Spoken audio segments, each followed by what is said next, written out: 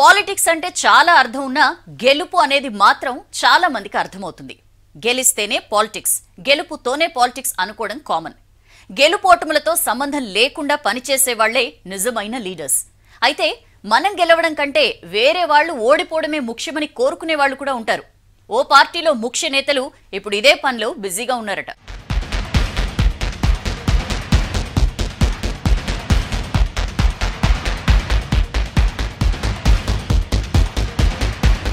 Warangal MP సీటుపై అటు కాంగ్రెస్ ఇటు BRS special concentration చేశాయట.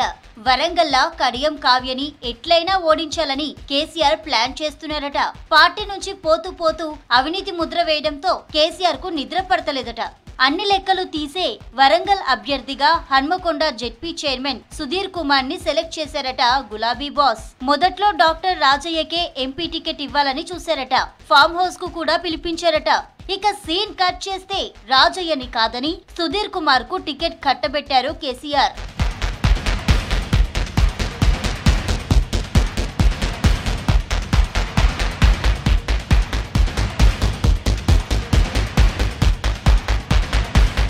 MLA ticket ఇవ్వలేదని రాజయ్య బీఆర్ఎస్ కు రాజీనామా చేశారు. అప్పుడు అక్కరకు రాని రాజయ్యను ఫామ్ హౌస్ కు పిలిపించి మరీ వరంగల్ చూసుకోమని కేసీఆర్ చెప్పారట.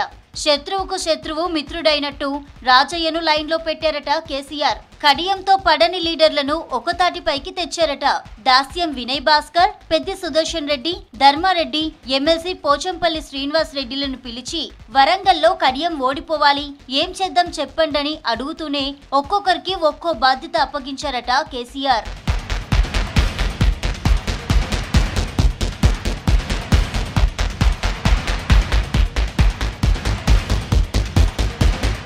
కడియం శ్రీహరి కూడా తన జాగ్రత్తలో తాను ఉన్నారట. తన కూతుర్ని గెలిపించుకోవడానికి తన వంతు ప్రయత్నాల్లో ఉన్నారట. ఫామ్ హౌస్ లో చర్చకొచ్చిన విషయాల్ని తనదైన స్టైల్లో తెలుసుకుంటున్నారట కడియం. ఆ విషయాలన్నీ సీఎం రేవంత్ చెవిలో వేస్తున్నారట. బీఆర్ఎస్ ప్లానులకు మించి స్కెచ్ వేస్తున్నారట కడియం. ఇప్పటికే లోక్సభ సెగ్మెంట్ లోని నియోజకవర్గాల్లో సన్నాహక సమావేశాల్లో బిజీగా ఉన్నారు. ఎంపీ పరిధిలోని 7 అసెంబ్లీ నియోజకవర్గాల్లో కాంగ్రెస్ ఎమ్మెల్యేలే ఉండడం కడియం కావ్యకు అడ్వాంటేజ్ అని చెప్పుకుంటున్నారు కాంగ్రెస్ లీడర్లు.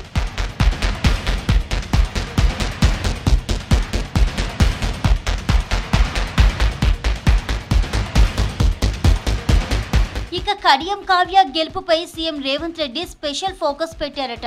కేసీఆర్ ఎన్ని ఎత్తులు వేసినా అంతకు మించి ఆట ఆడుదామని కడియంకు చెప్తున్నారట ముఖ్యమంత్రి.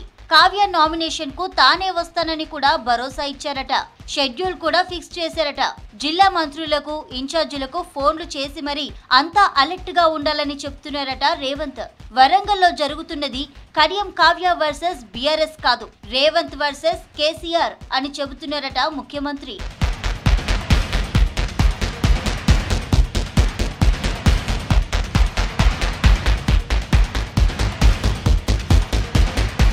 మొత్తానికి ఓర్గల్లు పార్లమెంటు పోరు అటు కేసీఆర్ ఇటు రేవంత్లు సీరియస్ గానే తీసుకున్నట్టు కనబడుతోందని రెండు పార్టీల నేతల మాటట.